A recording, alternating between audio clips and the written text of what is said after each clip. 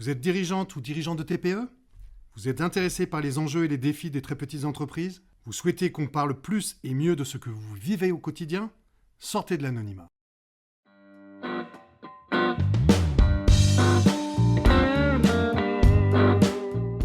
Aujourd'hui, nous allons parler de l'incertitude politique actuelle et de ses conséquences sur la vie économique.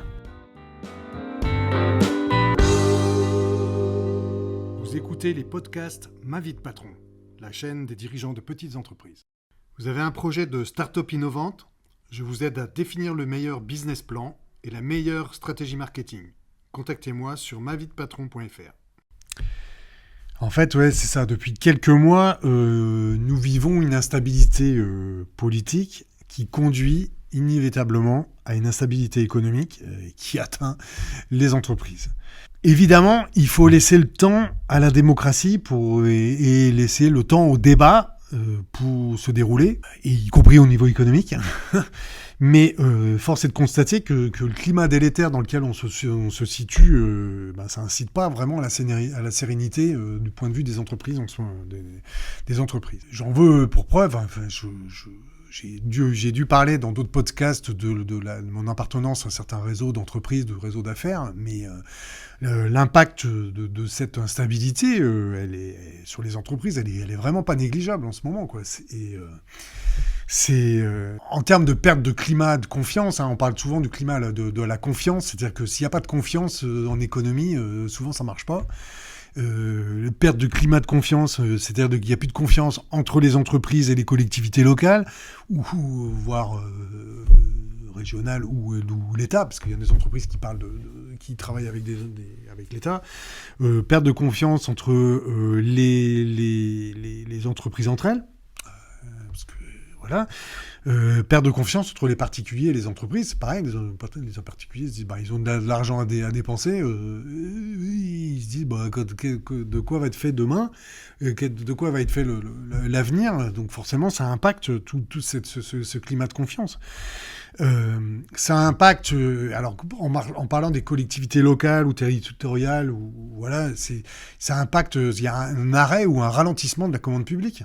C'est-à-dire que comme les collectivités locales, quand on parle, par exemple, on n'a pas de budget, alors peut-être au moment où le podcast va se diffuser, on aura un budget, mais le fait de ne pas avoir de budget, les collectivités locales se disent, on ne sait pas avec quel argent on va fonctionner, puisqu'elles dépendent de dotations. On est quand même dans un système très centralisé en France en termes d'autonomie fiscale, autonomie financière. Et donc, forcément, elles gèlent les projets d'investissement, quels qu'ils soient, que ce soit des fournitures ou des services ou des travaux. Et donc, du coup, on a un arrêt ou un ralentissement de la commande publique. Je peux vous assurer que ça impacte les entreprises qui vivent de cette commande publique. Il y a beaucoup d'entreprises qui vivent des travaux qu'elles font pour des communes, des services qu'elles rendent à des communes. Donc, s'il n'y en a plus, il y a une source de revenus qui est en moins. Et puis, alors, dans un climat aussi où il y a quand même moins de commandes tout court, ça devient problématique. Et donc pour ça, il y a aussi un ralentissement de la commande privée, parce que ce climat de confiance étant perdu, il y a moins de commandes, alors ce qu'on appelle du B2B entre entreprises.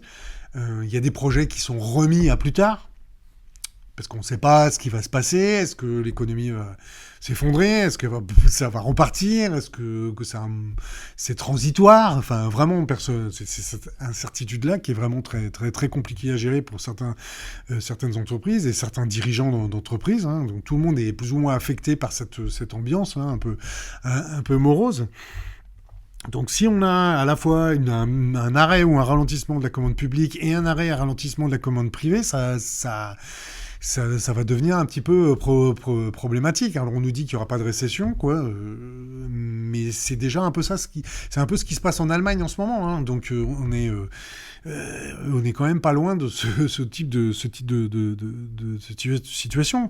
Et donc je parle à dessein de l'Allemagne, parce que nous on a des partenaires en Allemagne, donc je regarde un petit peu ce qui se passe là-bas, mais forcément aussi ça, comme là en ce moment la France a des notes dégradées par les agences de notation, forcément ça a un impact aussi au niveau international. Je pense que si la note est dégradée, on va faire moins confiance à des entreprises qui proviennent de notre pays. C'est quand même, malheureusement, ça fait un effet un peu boule de neige, quoi. Donc, déjà qu'on est un pays qui exporte pas beaucoup, c'est qu'on n'est pas les champions du monde en termes d'exportation.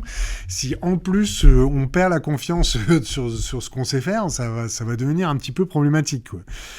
Donc c'est un petit peu un coup de gueule là, parce que moi j'aimerais bien dire à nos chers élus là, qui se battent essentiellement pour conserver leur poste, qui ne se rendent pas compte de l'impact de un peu de leur tergiversation sur l'économie et l'image du pays. C'est vraiment assez dramatique.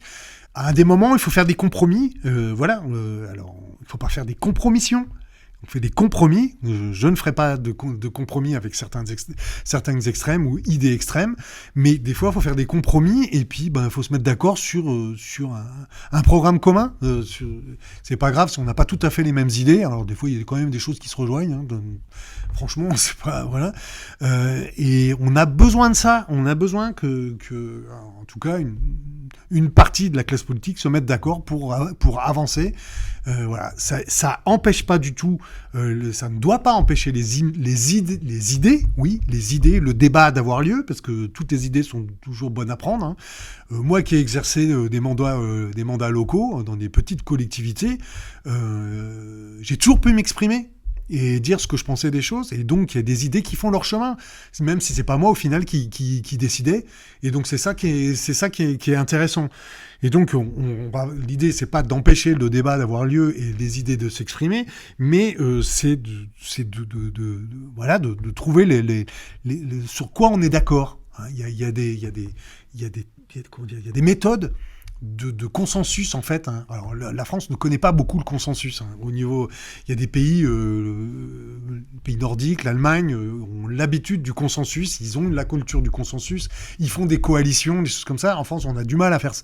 On a du mal avec ce genre de procédé. Mais bon sang, voilà. C'est souvent, les idées sont assez proches. Hein. On n'est pas très loin. Et on peut se mettre d'accord sur peut-être le minimum commun. C'est pas grave qu'on se met d'accord sur quoi on est déjà d'accord, et puis après on discute à la marge sur ce qu'on pourrait faire ou pas, voilà, de ce qu'on... Mais cessez vos batailles d'ego, quoi, parce que du coup ça affecte vraiment l'économie. Et malheureusement, on est dans une économie de marché. On pourrait le déplorer, mais nous, entreprises, dirigeantes d'entreprises, on est dépendant de la conjoncture économique autour de nous. Donc, si cette conjoncture économique, elle dépend des batailles d'ego qui se situent au niveau d'un parlement, c'est juste pas possible, quoi. Il faut que vous arrêtiez. En conclusion, je pense que les dirigeants ou les dirigeantes d'entreprise doivent toujours se préparer ou anticiper l'impact d'aléas externes à l'activité économique. Hein. Ça fait partie du boulot de chef d'entreprise d'anticiper ces aléas. Et parce que nous devons toujours nous rappeler que l'économie, c'est une science aléatoire et qui dépend beaucoup de l'humain. Vous avez un projet de start-up innovante ?